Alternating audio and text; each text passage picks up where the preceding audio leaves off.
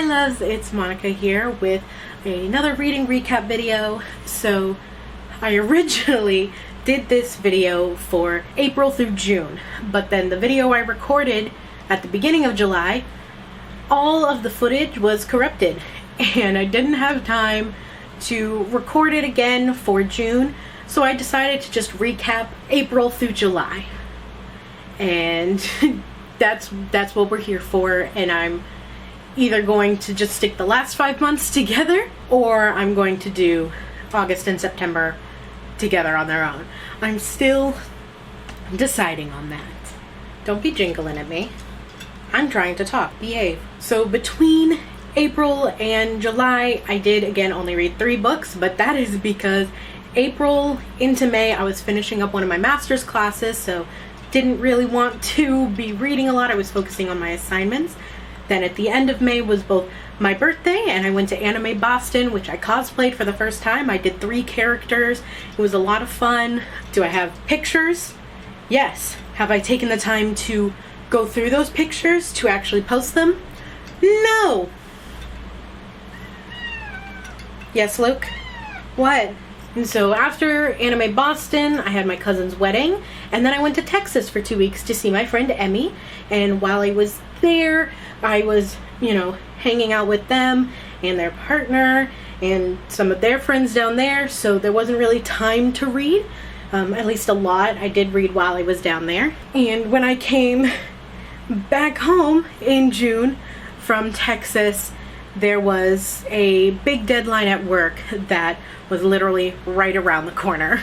So coming into July, I don't know why I didn't read that much. I really don't. Between those, those 4 months, so April through July, I again read only 3 books. The first book that I read between April and July, I actually do not physically own anymore. I am unhauling it just because I was not the biggest fan. It is Faith Taking Flight by Julie Murphy. I wouldn't say I wasn't necessarily a fan. It's not a bad book, objectively. It is a good book. It's a YA book about a plus-size girl getting superpowers and trying to save her town while things go amok. But while I'm not that far removed from my young adult days, I do still read young adult, I just didn't like the way that some of the characters interacted. I felt like everything happened just a little too quickly, so that's just why I didn't like it. But I know that it is going to be a book that somebody else is going to enjoy. It's going to be somebody's saving grace, a younger fat person's saving grace, that book. So hopefully by me unhauling it and donating it, that it gets in the hands of somebody who, whose life will be changed by reading it. So the second and third book that I read between April and July, I'm putting them together because they are a duology.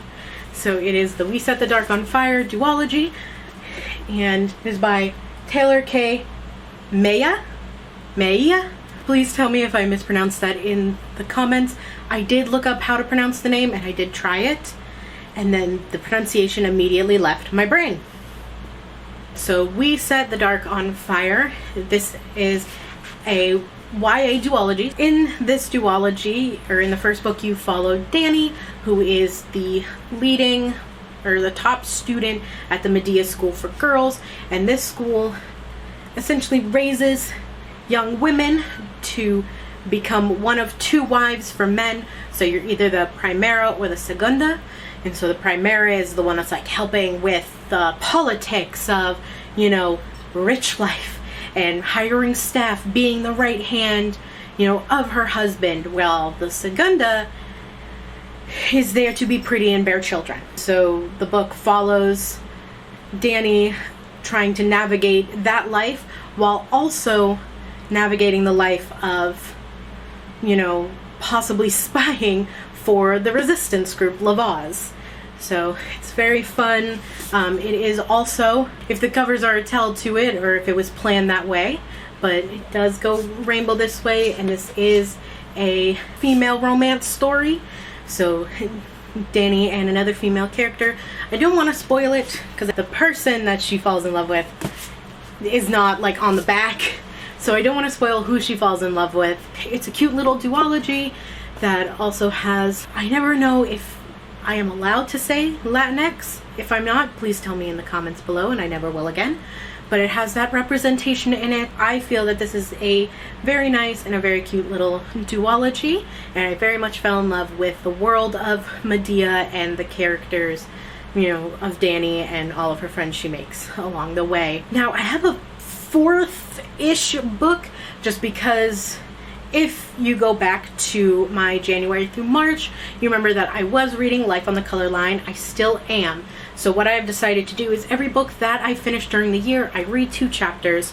So I have read 12 chapters of this book so far, about halfway through it.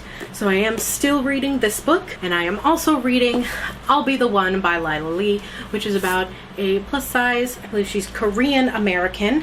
Yeah, I think she's Korean American, but she is auditioning to become the next big K-pop star. So I like K-pop. My friend Cheyenne in college, I helped her, you know, start up her Korean culture club, and I definitely like, you know, learning about Korean culture, and I enjoy K-pop. So I thought this would be a fun book on that premise, and also, you know, the plus size rep, and also just look at how bright and colorful this cover is. Isn't it so beautiful?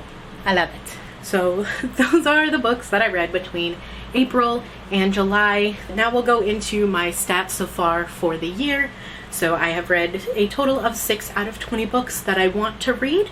My average rating is a 4.08. I normally, like, my baseline rating is a 3, and you can either drop or go up. So if you get a 3, you're just kind of like, meh. And then out of my pages goal, I want to read 8,000 pages. I have 2,423 pages read so far, but hopefully next week I'm gonna try and record it. But I have a reading challenge that I'm looking to do that I saw on TikTok, so hopefully with that challenge I am able to get through a few more books to, you know, just try and get at least halfway through the goal to make me happy and to stop my Storygraph from telling me I'm behind, because I don't like reading it. I know their wording, they're very encouraging. And they're like, you can do this, you can get on track, but it just makes me anxious. Also, with Faith Taking Flight and the We Set the Dark on Fire duology, please check the Storygraph for trigger warnings. There are going to be trigger warnings that are both author submitted and reader submitted, so you'll get a good picture of trigger warnings there and content warnings. So I can put a link to the Storygraph down in the description below so you can check that out. And if you don't have a Storygraph account, I highly suggest that you get one. I hope you enjoyed this video of me, you know, just quickly talking about the few books that I have read so far since the last time I did this video. And I'm gonna try and make another video today, record another one maybe later on, to discuss all the books that I've purchased in the last 7 months, because boy howdy is it a lot. But anyway, leave a comment down below if you want to hear more of my thoughts on any of the books that I discussed in this video, or what your thoughts were on any of the books that I've touched on, if you've read them, if you'd like them. And I'll see you guys in the next one. Bye, a bientôt!